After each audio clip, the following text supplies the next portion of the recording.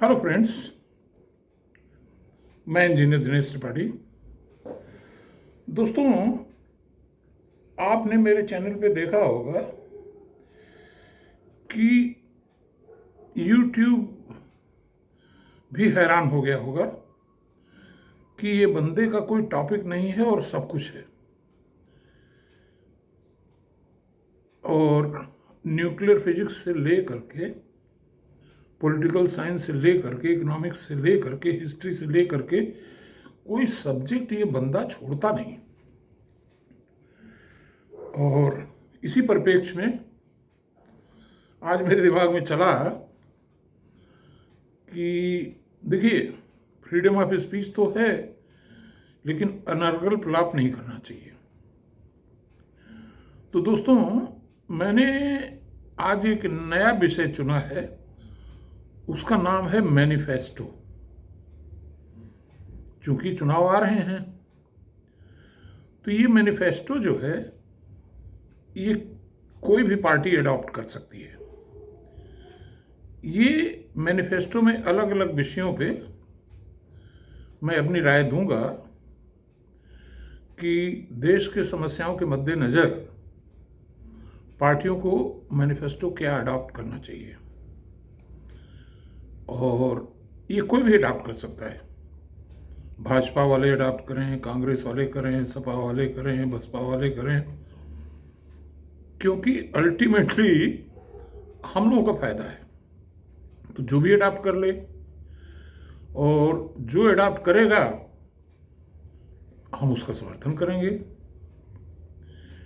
इसलिए इसमें मैं किसी पार्टी को फेवर नहीं कर रहा हूं। इसलिए इसका विषय का नाम रखा है मैंने मैनिफेस्टो।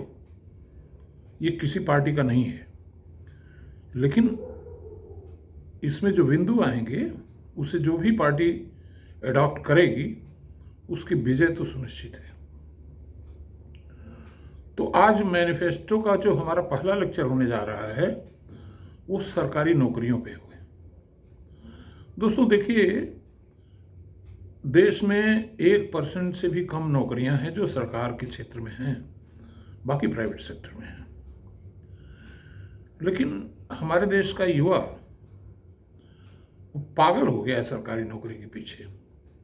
खासतौर से बिहार वाले, यूपी वाले, नॉर्थ इंडिया वाले, वो हाथ धो के पीछे पड़ गए। जैसा कि मैं अक्सर बोलता रहता हूं कि गांव के लड़के बुरिया बिस्तर अनाज ले करके शहरों में आ जाते हैं, कोचिंग क्लास में बैठ जाते हैं। उनको पता है कि आईएएस की, आईएफएस की, सब जो सेंट्रल सर्विसेज हैं, उनकी संख्या 1000 से ज़्यादा होने वाली नहीं है। फिर भी 20-25 लाख लड़के लगातार बैठे रहेंगे, 1 अटेम्प्ट, 2 अटेम्प्ट, 3 अटेम्प्ट, 4 अटेम्प्ट। तो मैं इसके खिलाफ हूं। लेकिन आज मैंने कहा कि सोचा मैंने, हमारे गुरु जी कहा करते थे कि जिसके खिलाफ हो उसके समर्थन में भी आ जाओ कई बार, तो अच्छा रहता है। किसी चीज़ पे चिपक मत जाओ, जो करो उसका उल्टा भी एक बार करके देखो।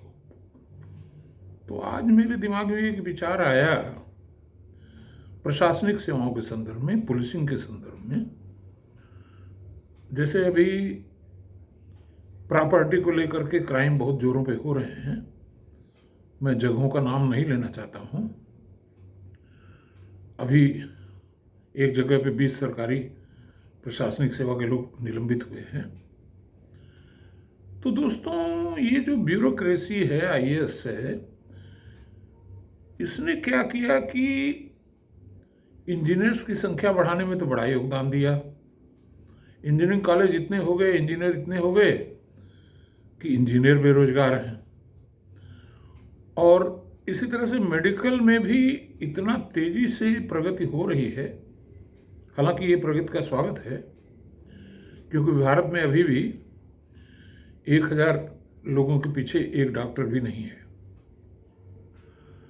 और जब WHO ने ये मुद्दा उठाया कि 1000 आदमी के पीछे एक डॉक्टर होना चाहिए, तो हमारे जो हेल्थ मिनिस्टर साहब हैं, उन्होंने पार्लियामेंट में स्टेटमेंट दिया। उसमें क्या किया कि एलोपैथी, होम्योपैथी, प्राइवेट और जो और छोटे छोटे लेवल के विषय हैं उनको जोड़ करके, MBBS और MD को उन्होंने जोड़ के दिखा दिया कि हमारे पास एक डॉक्टर 980 मरीज के पीछे, 980 पॉपुलेशन पे है।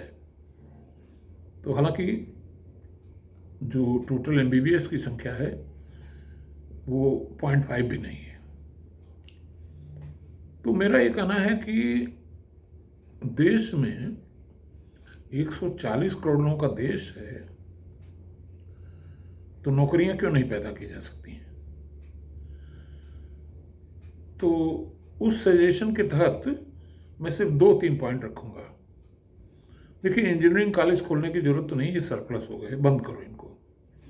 बल्कि ऐसा करो कि प्राइवेट इंजीनियरिंग कॉलेजेस की बिल्डिंग्स को ले करके उसमें कुछ मेडिकल कॉलेज खोल डालो। Suggestion number 1। और डॉक्टर जो WHO कहता है 1 in 1000, उसको मैं तो कहूँगा 2 in 1000 कर दो, डॉक्टर्स की संख्या डबल कर दो। ये जो नीट वाले लड़के हैं, इनके अंदर खुशी की लहर दौड़ जाएगी। और चूँकि हेल्थ एक महत्वपूर्ण सब्जेक्ट है, और अभी पेंडेमिक में हमको देखने को मिला कि डॉक्टर्स की संख्या बहुत कम पड़ गई,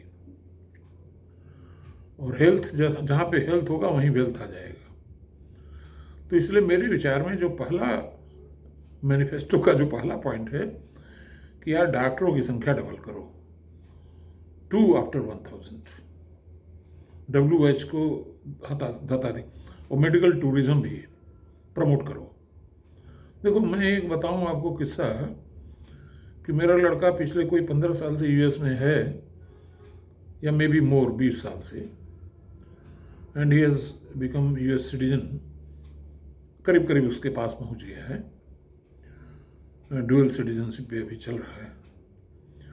तो बच्चा क्या करता है, साल में एक बार आता है, तो डेंटल वाला अपना जो भी ट्रीटमेंट है वो इंडिया में करवाता है, क्योंकि डॉक्टर पाठक हैं जौनपुर में, वो 1000-2000 रुपये में आपका सारा कारोबार कर देंगे। और अगर उतना ही काम करवाना है आपको US में, तो 50,000 रुपये आपका खर्च हो जाएगा, या मे बी मोर। तो India has got huge scope for medical tourism. It has got huge scope for promoting its doctors to go abroad and earn money for the country. तो मेरे विचार में जो मैनिफेस्टो हो, उसमें भैया मेडिकल किसी डबल करो, जल्दी जल्दी मेडिकल कॉलेज बनाओ, और थोड़ी सी चाइना की नकल कर लो ना। 250 एकड़ में मेडिकल कॉलेज बनाने की जरूरत नहीं, मल्टी स्टोरी बनाओ यार, लिफ्ट लगाओ, इतना ज़मीन की जरूरत नहीं है, 10 एकड़ में मेडिकल कॉलेज बन जाएगा। 10 स्टोरी की बिल्डिंग बनाओ ना। मेरा मैनिफेस्टो का पॉइंट नंबर 1। अब पॉइंट नंबर 2, चूंकि मेरे सामने देवरिया दिख रहा है और प्रशासनिक जमीनें लोगों की कब्जा हो रही हैं, डांड मेड़ का झगड़ा है, लोग, हालांकि योगी सरकार ने एक चीज़ तो कर दिया कि ज़मीनें कब्जा नहीं हो रही हैं।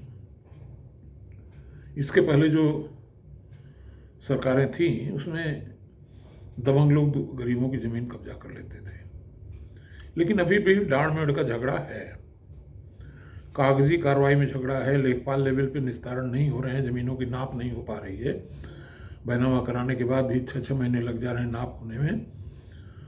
तो मेरा, और इसके अलावा क्या है कि तहसीलदार से लेकर के, नायब तहसीलदार से लेकर के और लेखपाल तक इतना काम लाद दिया गया है कि ये अपना रेवेन्यू वाला काम छोड़ करके बाकी काम में ही बिजी रहते हैं। तो दूसरा जो मेरा मैनिफेस्टो का सजेशन है, अच्छा दूसरा, ये कलेक्टर साहब लोग जो IAS के लोग हैं, इन्होंने सब क्षेत्रों में तो संख्या बढ़ाई, लेकिन एक जिले में एक ही DM रहेगा, दूसरा CDO हो जाएगा, यानी कि विकास के कार्य भी देखोगे यार। तो मैनिफेस्टो का मेरा जो दूसरा पॉइंट है वो ये है कि एक जिले में जितनी तहसील उतने कलेक्टर बना दो, और जितनी तहसील उतने SP बना दो। थोड़ा टैक्स ले लो, स्टाम्प फीस बढ़ा दो, कोई फर्क नहीं पड़ेगा। और ये DM साहब जो बड़ी बड़ी कोठियों में रहते हैं, तो स्टार्ट विथ इसी कोठियों को 3-4 टुकड़े में बांट दो, और इनके सामने जो है 5-5, 10-10 एकड़ ज़मीन है, उसमें पोर्टेबल बिल्डिंग बना दो, खट खट खट खट खट केजरीवाल की तरह से। तो पहला काम तो ये हो कि प्रशासनिक सेवाओं में आईएएस से लेकर के लेखपाल तक की जो सीटें हैं उसको कम से कम 5-6 गुना बढ़ाओ ऑन एवरेज, क्योंकि एक जिले में कम से कम 5 तहसीलें होती हैं। तो उसका प्रभाव ये होगा कि जो डांड मेढ़ का पंचायत का झगड़ा है गांव का, वो जल्दी से निस्तारित हो जाएगा, निपट जाएगा। तो और जैसे साल भर में 1000 आईएएस की सेंट्रल सर्विसेज की 1000 पोस्ट होती है, तो उसको 10,000 कर दो यार। दूसरा ये कि ये जो प्रशासनिक सेवाएं हैं, इसमें घूसखोरी बंद करने के लिए 0 टॉलरेंस कर दो। अगर कोई पकड़ा गया तो ही शुड बी हैंड। तो पहली चीज तो इसकी तरफ वही लोग आएंगे जो डेडिकेटेड सोल्जर्स होंगे। तीसरा सुझाव ये है कि जो लड़के आईएएस से लेकर के और इन सेवाओं में नौकरी के लिए परीक्षा देते हैं, उनको सिर्फ एक चांस दो। एक चांस दोगे तो दिव्य करती ओझा पूजा का जो है कारोबार वो बंद हो जाएगा।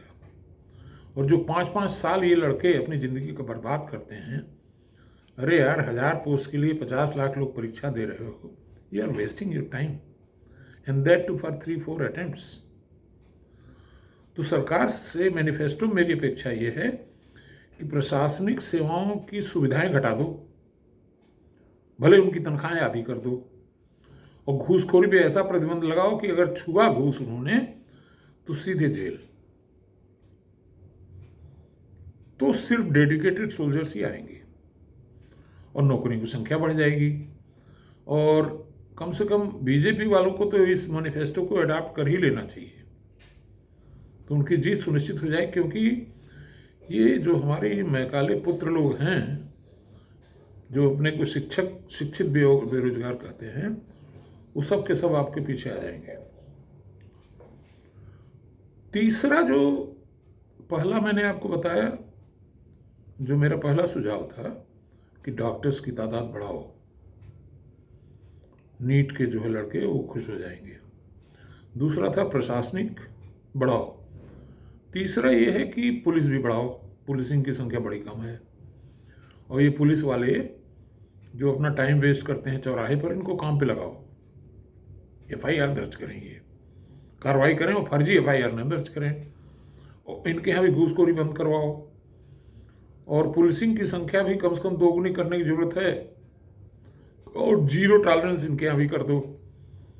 अगर कोई दरोगा जो है पैसा लेते पकड़ा जाए तो उसको सीधे जेल और टर्मिनेट।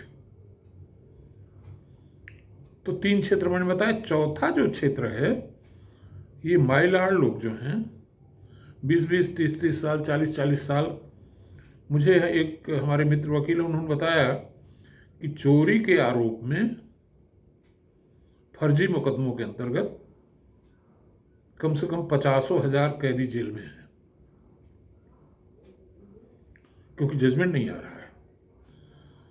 तो मेरा पहला सुझाव ये है कि ये जो एक हाई कोर्ट इलाहाबाद में, एक का हाई कोर्ट लखनऊ में, इसको कम से कम 50 जिलों में बना दो। और हर तहसील स्तर पे कोर्ट बनाओ, तहसीलदार के कोर्ट के अलावा डीएम की भी कोर्ट तहसील में हो। इतनी कोर्टें बना दो, और वकील तुम्हारे पास है ही हैं, तो जितनी कोर्ट बनाओगे उतनी पोस्टें क्रिएट हो जाएंगी, उतने मजिस्ट्रेट पैदा हो जाएंगे। और हाई कोर्ट की 50 शाखाएं बना दो, सुप्रीम कोर्ट भी बढ़ा दो। अरे यार, लाड लोगों के पास इतना वर्कलोड है कि वो काम ही नहीं कर पा रहे हैं, मुकदमे लंबित चल रहे हैं।